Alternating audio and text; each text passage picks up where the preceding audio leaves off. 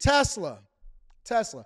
Not only do I want to talk about layoffs, I also want to talk about tech layoffs specifically, because we know that the majority of the layoffs over at Tesla is at their manufacturing facilities, okay? But we want to talk about the state that's being impacted the most, because it's not Texas, right? We know that it was a bunch of people that got laid off at Texas, but Tesla is effectively culling close to 10% of their workforce. That's what the word is on the street. And then I want to tell y'all how tech companies are now determining who they want to lay off, not just Tesla, but a lot of other places. All right, make sure y'all hit a like for the algorithm, subscribe to the channel, and turn on your notifications. More layoffs, this time over in Oakland and in California in the Bay Area. Thousands of people will be laid off from Tesla, including 2,700 people here in the Bay Area. It is all part of the company's plan to terminate 10% of its workforce, or about 14,000 people. KTVU South Bay reporter LaMonica Peters live now in Fremont near Tesla's plant with more about the layoffs and what it all means for the company. LaMonica. Julie, business experts that I spoke to say these layoffs are part of a transitional phase for this company. Tesla is facing tougher competition and bringing in less money, and now they're making some changes. I believe a attempt of Tesla to get better, but I don't think that we've seen the last of it. On Tuesday, Tesla filed a warn notice announcing that it'll lay off 2,753 people at a dozen Fremont locations and at 5 locations in Palo Alto. Tesla announced last week that it'll lay off 10% of its more than 140,000 employees to reduce cost. In their most recent earnings announcement, they reported that their EPS, their earnings per share, fell below expectations, below the consensus of what analysts had expected, and also their revenue had been decreasing for the second year in a row. Tesla also lowered prices by $2,000 in the U.S. on 3 of its models.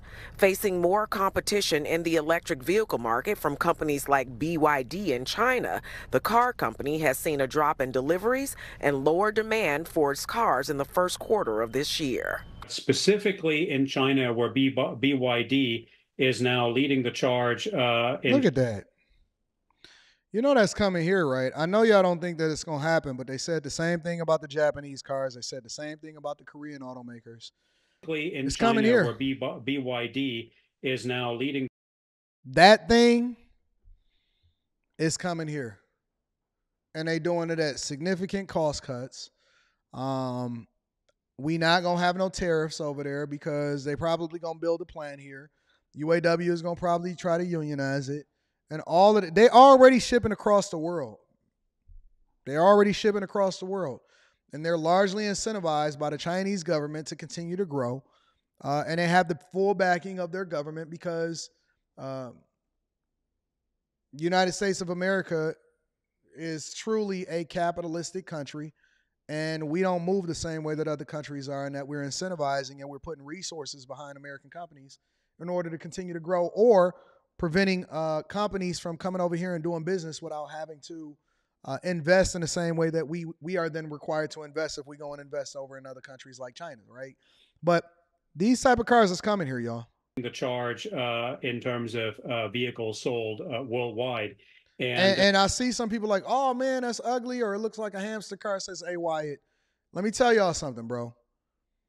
They said the same thing about Hyundai, Kias. When the Japanese automakers came here, they said the same thing. You know what I hear people saying about Hyundais? And more importantly, Genesis. Genesis is the new luxury brand of Hyundai. You know what I hear them saying?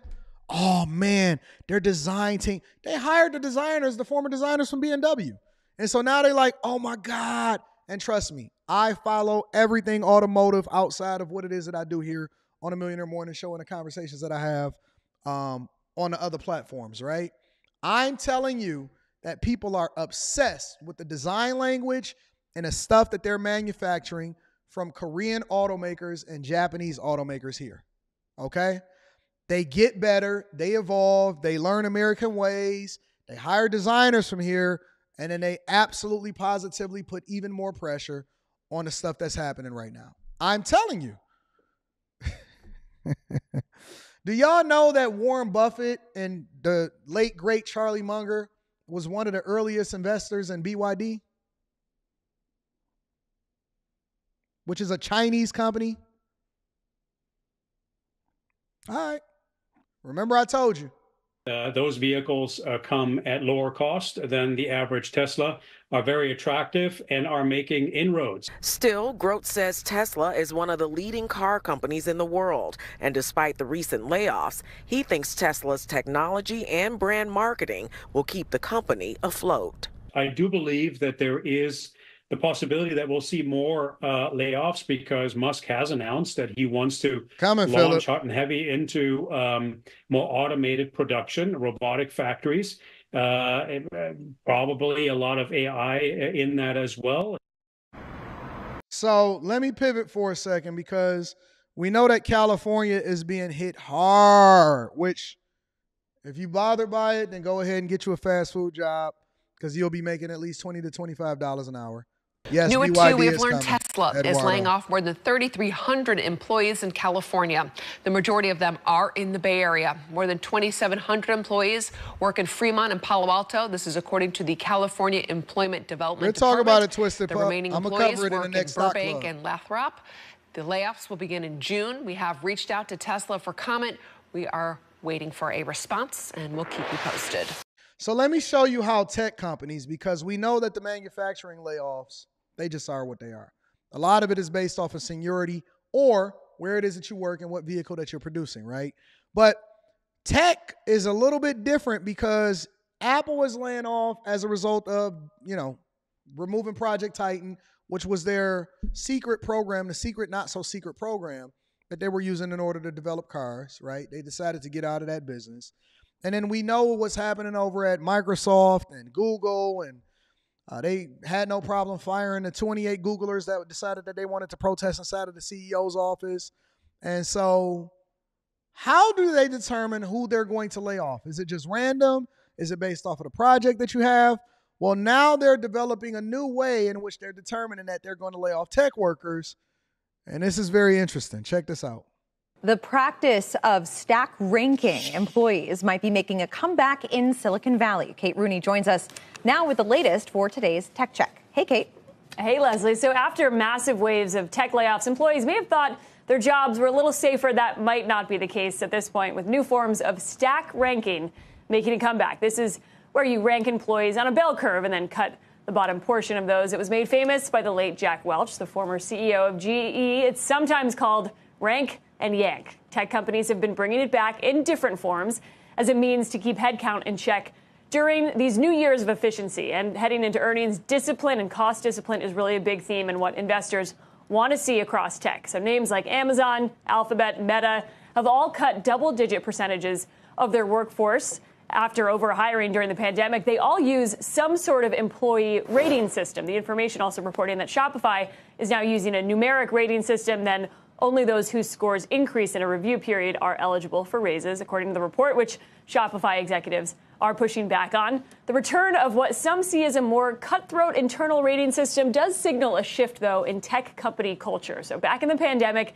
they overhired and they were fiercely competing for talent. And then came the end of zero interest rate that really changed the hiring landscape dramatically. Companies started laying off thousands of workers. You can see in that chart there, the layoffs really peaking early last year. Tech companies now need to prove that efficiency, and they've been awarded for some of the cost discipline and layoffs. Not just big tech, though. You got Coinbase, Square, PayPal. All of those companies have gone through sort of the same structure of layoffs, and you've seen it reflected in the stock price, guys. There used to be, I'm going to attribute this to Jack Welch, and I may be doing so incorrectly, that there was a feeling that you culled the weakest 10 or 15% of the herd every year. Is that where these tech companies seem to be going?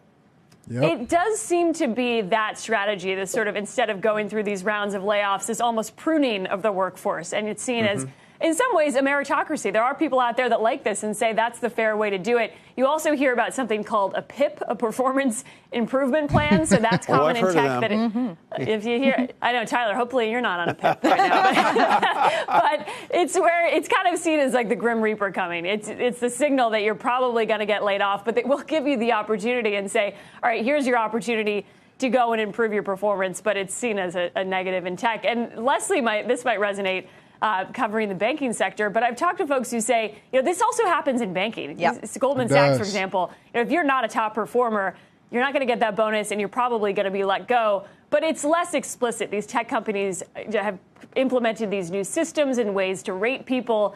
And it's easier to kind of prove and quantify in finance. If you're not a top trader, it's easy to say, okay, listen, you're looking at the P&L. Leslie's bringing in the most as far as trading. Kate's kind of underperforming. We're going to get rid of Kate. Whereas in engineering, it's a little bit more subjective and it's a lot more team oriented. So the downside of some of this stack ranking can often be less collaborative, has been. Let me tell you something. In the tech world, especially as an engineer or software engineers or developers, we know who's who. And if you work with anybody for over a month, you know if they know that they know their stuff. We know who the top performers are. And, one of the beautiful things about engineers or engineering in general is solving for problems that are both apparent and that you don't know that you have yet. And so it's a little bit of innovation. And the idea behind being an engineer is not just doing whatever it is that they tell you to do, but coming up with new things or performing to an extent based off of new technologies and new developments and, all of that stuff. And so the idea that we don't know or tech companies don't know who's the top performers, who's good at their job and who's not is a myth. It's not subjective. We do code reviews. We can see who the performers are. We know who continues to work outside of work. We know who's continuing to grow their skill set and evolve and is truly immersed in what it is that you're doing. And so this works as far as you just being able to be there. You got the degree. You can still do whatever it is that you want to do. You come in, you do a couple hours of work and you keep going. Nope, that don't work, especially in a time of famine. It's a time of feast and it's a time of famine. Famine, only the strong survives. And this is the difference between unionized employees and employees that are forever at will, because you make a lot of money, but at the same time, you have to deliver. You have to do and you have to deliver on a regular basis because it is a kill or be killed environment. And so if you want to survive in this new world, you have to continue to improve your skill set. You got to continue to grow. You got to continue to get certificates. You got to continue to protect. You have to really perform. You do. You got to perform. And the only way that you can perform is to put in your 10,000 hours. That's the difference. See, there's always going to be the super crazy tech geek that just get it and he's great at what he does. And then there's others of us that got to put in our 10,000 hours. And if you're not putting in your 10,000 hours, you will be destroyed. Look, it's the same thing when it comes to content creation, except for we don't have no boss. It's over 2,000 people in here right now. The consistency is crazy. You know what I'm saying? And I see content creators fall off. They have a hot moment, and then they fall off. They can't maintain it, and it's no longer enough to go viral. Going viral is not enough for you to create a social media platform and for people to be able to rock out with you. That don't work. You got to add substance over a stronger or a longer period of time. Otherwise, people are going to be like, I used to follow them, but they don't really know what they're talking about, because if you let them talk long enough, you can see that they're a little corny or they don't really know what they're doing. And that's why people look at this as the career that they want to go into. You're not guaranteed to make no money in this. It's so many content creators. Look, less than 1% of us is getting it.